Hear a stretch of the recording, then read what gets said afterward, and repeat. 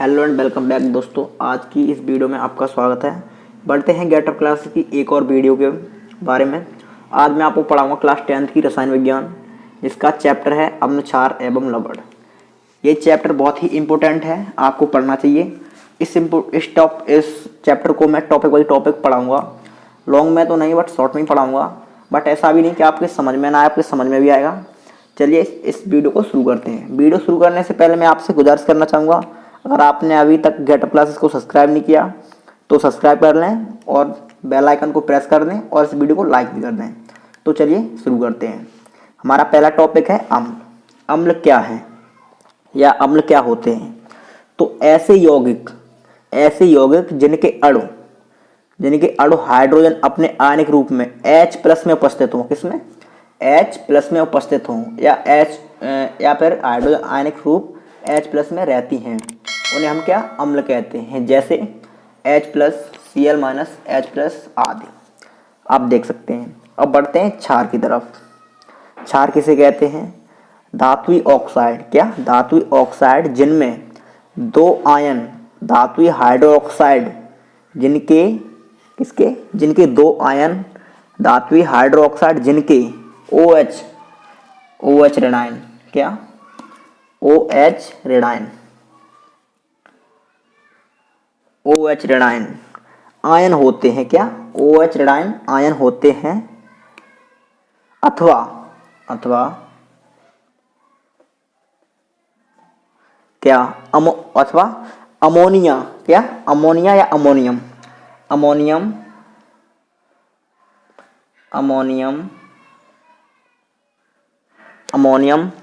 NH3 जलीय। क्या? Ammonium NH3 जलीय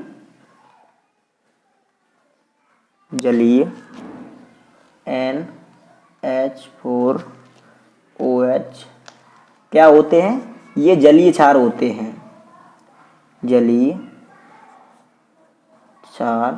होते हैं।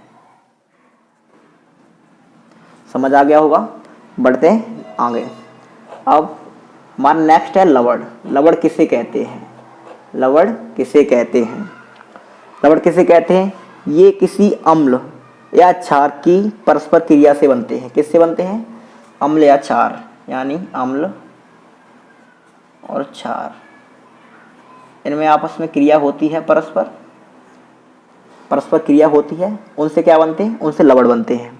ये किसी अम्ल क्षार की परस्पर क्रिया से बनते हैं तथा इस क्रिया में जल अनिवार्य रूप से बनता है। क्या? इस क्रिया में जल अनिवार्य रूप से बनता है। H2O। क्या? H2O अनिवार्य रूप से बनता है। आई होप समझ आ गया होगा। फिर से रिपीट करता हूँ। ये किसी अम्ल क्षार की किसी परस्पर क्रिया से बनते हैं तथा इस क्रिया में जल अनिवार्य रूप से बनता है, यानी H2O अनिवार्य रूप से बनता है। बढ़ते हैं नेक्स्ट टॉपिक की तरफ, विद्युत अपघट्य। ये विद्युत अपघट्य क्या होता है, इससे भी आप समझ लीजिए। जो यौगिक चाहे वो द्रव अवस्था या विलीन अवस्था में, किसमें? द्रव अवस्था या विलीन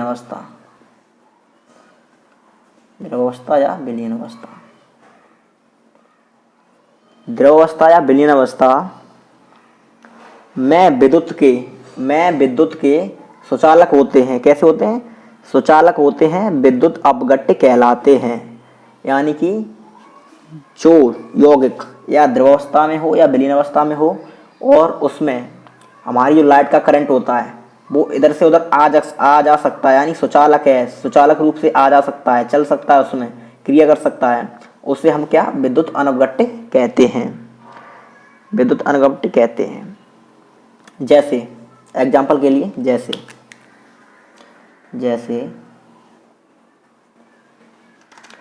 जैसे अम्ल क्षार लवण आदि। अम्ल क्षार लवण आदि। अम्ल क्षार लवण, जब हम इनमें विद्युत प्रवाहित करते हैं तो ये आयनित हो जाते हैं। इन पे या तो माइनस आयन आ जाएगा या फिर प्लस आयन आ जाएगा। इन दोनों में से कोई आयन इनके ऊपर आ जाएगा। जब हम अम्ल या क्षार या लवण में विद्युत छोड़ते हैं तो उनमें या तो माइनस आयन आ जाएगा या प्लस आयन, यानी कि आयन हो जाएंगे। आई होप समझ आ गया होगा। जो यौगिक द्रवावस्था या विलीन अवस्था में विद्युत के सुचालक होते हैं उन्हें विद्युत अपघट्य कहते हैं। बढ़ते हैं नेक्स्ट की तरफ। विद्युत अनपघट्य किसे कहते हैं? जैसा कि यहाँ पे ऊपर यहाँ पे सुचालक था तो यहाँ पे कुचालक हो जाएगा। विद्युत अनपघट्य किसे कहते हैं? जो यौगिक द्रवावस्था, किसमें? द्रव अवस्था या विलीन अवस्था में, द्रवावस्था या विलीन अवस्था में विद्युत के कुचालक होते हैं। कैसे? विद्युत के कुचालक होते हैं, विद्युत अनपघट्य कहलाते हैं। मान लीजिए यहाँ पे ये है, यहाँ पे ये है, और ये द्रव या इसमें यहाँ द्रव भरा है या विलयन भरा है इस डब्बे में, ठीक है। इस डब्बे में द्रव या विलयन कुछ ही भरा है, और ये इसमें अगर करंट छोड़ते हैं, इसमें जैसे करंट छोड़ते हैं और करंट इधर से इस बिंदु से इस बिंदु तक नहीं आ पाता तो ये द्रव विलयन विद्युत अनपघट्य हो जाएगा, ठीक है। इसमें जब करंट इधर से उधर कुछ सुचालक नहीं होगा तो ये विद्युत अनपघट्य हो जाएगा। फिर से मैं रिपीट करता हूँ, जो यौगिक द्रवावस्था या विलीन अवस्था किसी द्रव या विलयन में यदि विद्युत इधर से उधर नहीं आ जा सकती तो उसे विद्युत अनपघट्य कहते हैं। बढ़ते हैं नेक्स्ट टॉपिक की तरफ, उदासीनीकरण।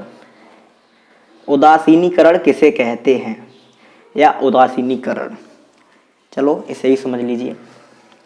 किसी अम्ल एवं क्षार, क्या? किसी अम्ल एवं क्षार के संयोग से, किसके? अम्ल या क्षार के संयोग से, अम्ल या क्षार के संयोग से बने लवण, क्या? बने लवण एवं जल, क्या? बने लवण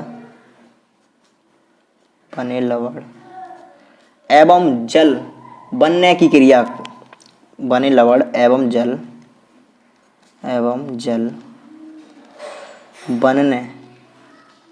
बनने की रासायनिक क्रिया, क्या? की रासायनिक क्रिया को उदासीनीकरण कहते हैं। क्या कहते हैं? उदासीनीकरण कहते हैं। उदासीनीकरण कहते हैं, किसे कहते हैं? अम्ल या क्षार, किसी अम्ल एवं क्षार के संयोग से लवण एवं जल बनने की रासायनिक क्रिया को उदासीनीकरण कहते हैं। एग्जाम्पल यहाँ पे ले लीजिए, NaOH प्लस HCl, तो ये हमारा क्या बनाता है यहाँ पे? NaCl plus H2O, NaCl plus H2O।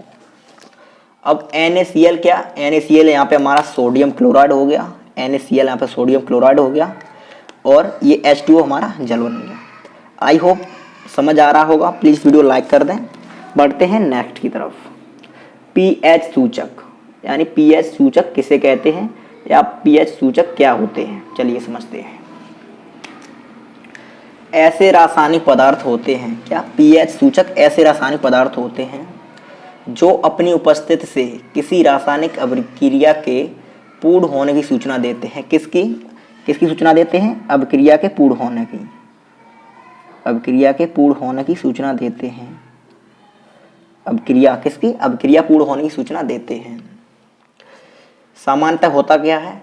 इन पदार्थों का रंग क्रिया से पहले कुछ और होता है और क्रिया के बाद कुछ और हो जाता है। जैसे अगर क्रिया से पहले लाल है तो क्रिया पूरी होने के बाद ये बैंगनी हो जाएगा। क्या? क्रिया से पहले लाल है तो ये क्रिया के बाद बैंगनी हो जाएगा, यानी ये क्रिया के बाद अपना रंग बदल लेते हैं। और वीडियो अच्छी लग रही हो यार तो यार सब्सक्राइब भी कर देना। सब्सक्राइब करने में क्या जाता है, फ्री है, कॉस्ट चलिए बढ़ते हैं नेक्स्ट टॉपिक की तरफ। लवणों का वर्गीकरण। लवणों का वर्गीकरण। लवण सामान्यतः 6 प्रकार के होते हैं। कितने प्रकार के होते हैं? 6 प्रकार के होते हैं।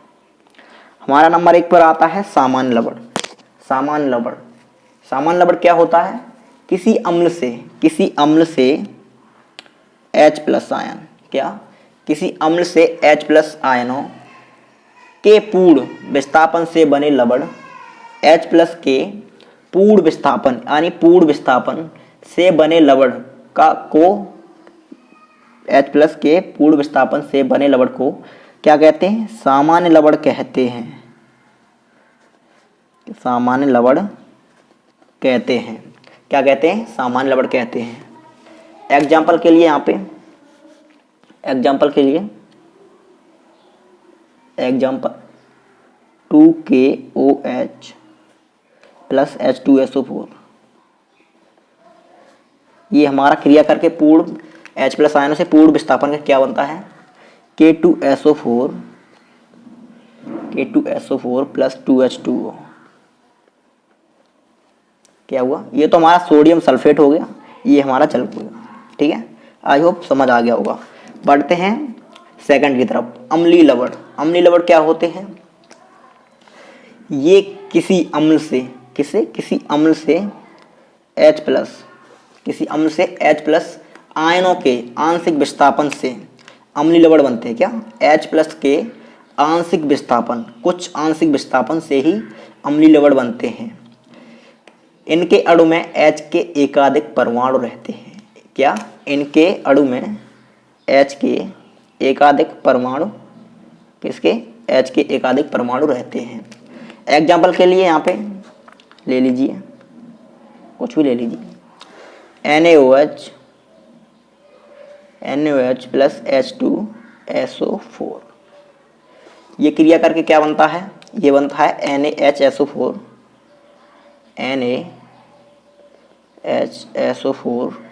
Plus H2O। ये हमारा क्या बन गया? ये हमारा बन गया सोडियम हाइड्रोजन सल्फेट। क्या? ये हमारा बन गया सोडियम हाइड्रोजन सल्फेट, सॉरी। और ये हमारा बन गया क्या? वाटर यानी जल। ठीक है, यानी कि इसमें H तो रहना ही है, H के तो एकाधिक परमाणु रहते हैं, तो वो वाटर बन गया हमारा यहाँ पे जल। ठीक है, बढ़ते हैं नेक्स्ट की तरफ। नंबर 3 पर है हमारा क्षारीय लवण। क्या? क्षारीय लवण। चलिए इसे भी समझते हैं। क्षारीय लवण क्या होता है? किसी क्षारक से, यानी किसी भी क्षारक से OH-, क्या? OH- आयन, किसी क्षारक से OH- आयनों के आंशिक विस्थापन से क्षारीय लवण बनते हैं। किसके? OH- के आयनों के आंशिक विस्थापन से क्षारीय लवण बनते हैं। इनके अणु में एकाधिक, क्या? इनके अणु में एकाधिक क्या रहता है? OH मूलक रहता है। OH मूलक रहता है।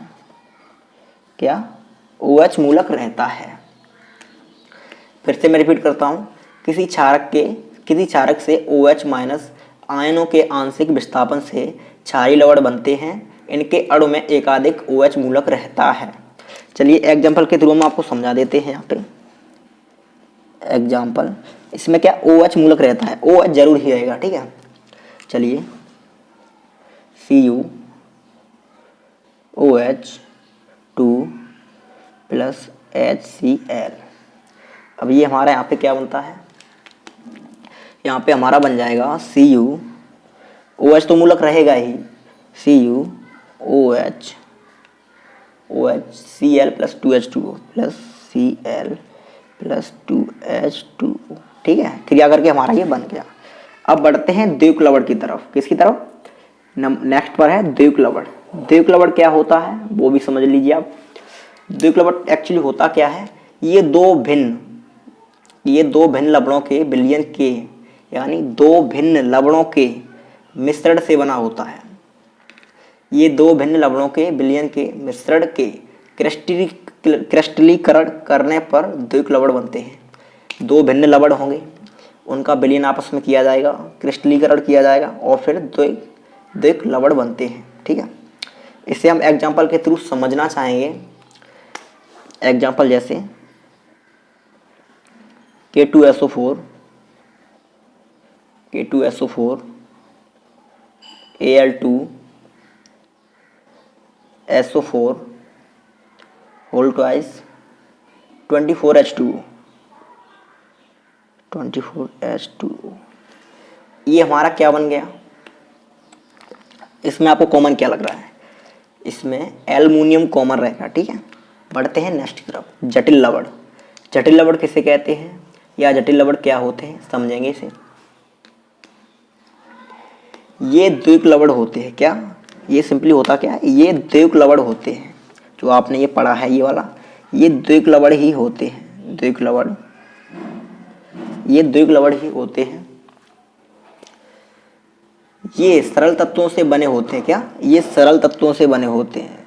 किससे? सरल तत्वों से बने होते हैं। सरल तत्वों से बने होते हैं, परंतु ये विलयन में आयनीकृत होकर एक सरल आयन तथा एक जटिल आयन देते हैं। क्या देते हैं? ये आयनीकृत हो जाते हैं। ये विलयन में क्या होते हैं? विलयन में आयनीकृत हो जाते हैं। फिर ये एक सरल आयन देते हैं, एक सरल आयन देते हैं और एक जटिल आयन देते हैं। जटिल आयन, इन्हें क्या कहते हैं? जटिल लवण कहते हैं। बढ़ते हैं हमारा नेक्स्ट टॉपिक एंड लास्ट भी। वीडियो अगर अभी तक लाइक नहीं की तो लाइक कर दीजिए। मिश्रित लवण। मिश्रित लवण किसे कहते हैं? ऐसे लवण में 2 या 2 से अधिक अम्लीय मूलक जुड़े होते हैं। क्या जुड़े होते हैं? 2 या 2 से अधिक। इसमें 2 या 2 से अधिक अम्लीय मूलक जुड़े होते हैं। जैसे कि देखिए एग्जाम्पल में NaKSO4, एक ये हो गया, एक ये हो गया, 2 मूलक जुड़े हैं। आई होप वीडियो अच्छी लगी होगी। वीडियो अच्छी लगी तो प्लीज़ इस वीडियो को लाइक करें और इस मेरे चैनल को सब्सक्राइब करें। मिलते हैं अगली वीडियो में। जय हिंद, वंदे मातरम।